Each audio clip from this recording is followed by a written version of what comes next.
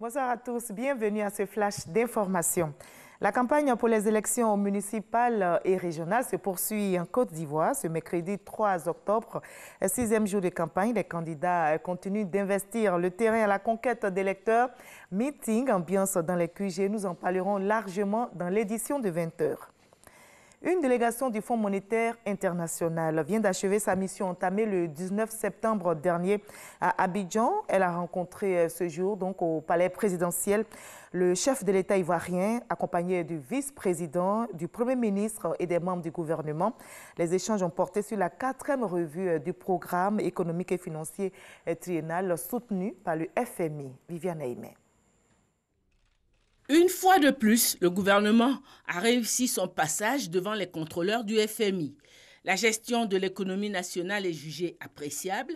Le niveau de l'inflation, selon les experts du FMI, est maîtrisé et le niveau de l'endettement reste toujours dans de bonnes proportions.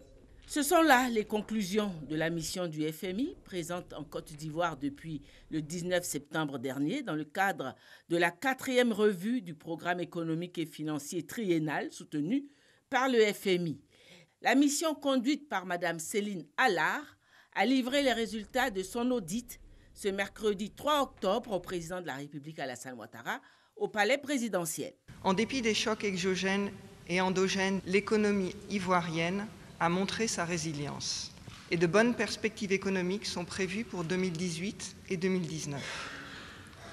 L'inflation devrait rester bien en dessous de la norme de 3% de l'UMOA. Les performances réalisées dans le cadre du programme appuyé par le FMI ont été solides au cours du premier semestre 2018. Tous les critères de performance et repères indicatifs pour fin juin ont été atteints.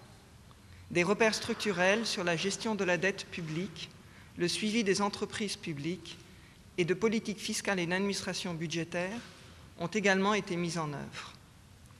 Le déficit budgétaire devrait ainsi être en ligne avec les objectifs du programme, avec un faible manque à gagner sur les recettes, compensé notamment par une légère révision à la baisse des investissements publics. Notre mission et les autorités ivoiriennes se sont également accordés sur des mesures de politique budgétaire pour 2019 en vue d'atteindre les principaux objectifs du programme. Ces mesures devraient permettre au déficit budgétaire de converger vers la norme du déficit régional de l'UMOA de 3% du PIB en 2019. Enfin, notre mission et les autorités se sont également accordés sur la nécessité de préserver la viabilité de la dette tout en créant l'espace nécessaire pour financer le programme national de développement 2016-2020.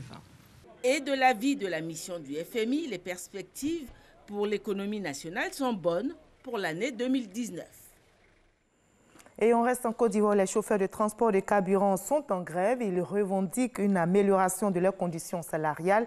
Ils exigent donc la suppression du volume compteur et les jauges électroniques dans les stations-service. Il s'agit de nouveaux instruments de mesure qui ont été introduits dans le système de dépotage des camions suite aux revendications des gérants de stations qui dénonçaient les manquants sur les livraisons.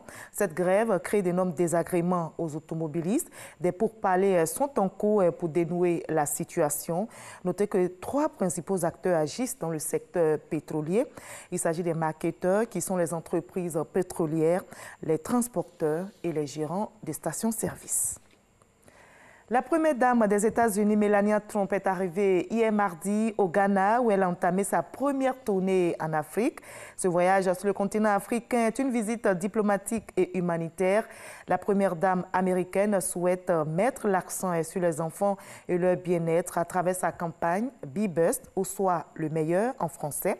Elle entend également mettre en lumière le travail de l'USAID, l'Agence américaine pour le développement.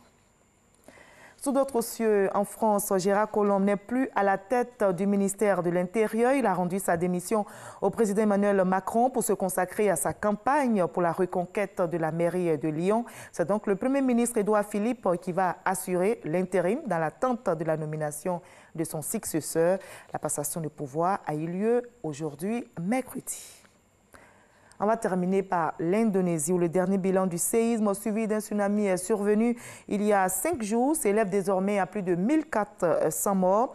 Les autorités se donnent jusqu'à vendredi pour trouver encore des survivants qui seraient piégés sous des décombres. L'aide s'organise de plus en plus. Les soldats sont désormais nombreux dans les rues. Davantage d'hélicoptères survolent la région. 5 jours donc après la catastrophe, la réponse semble enfin se mettre en place à une échelle plus adaptée à la situation. Venez sur Flash Info, on va se retrouver à 20h. Mais juste avant cela, suivez l'info régionale qui vous donne toutes les nouvelles de nos régions ici en Côte d'Ivoire.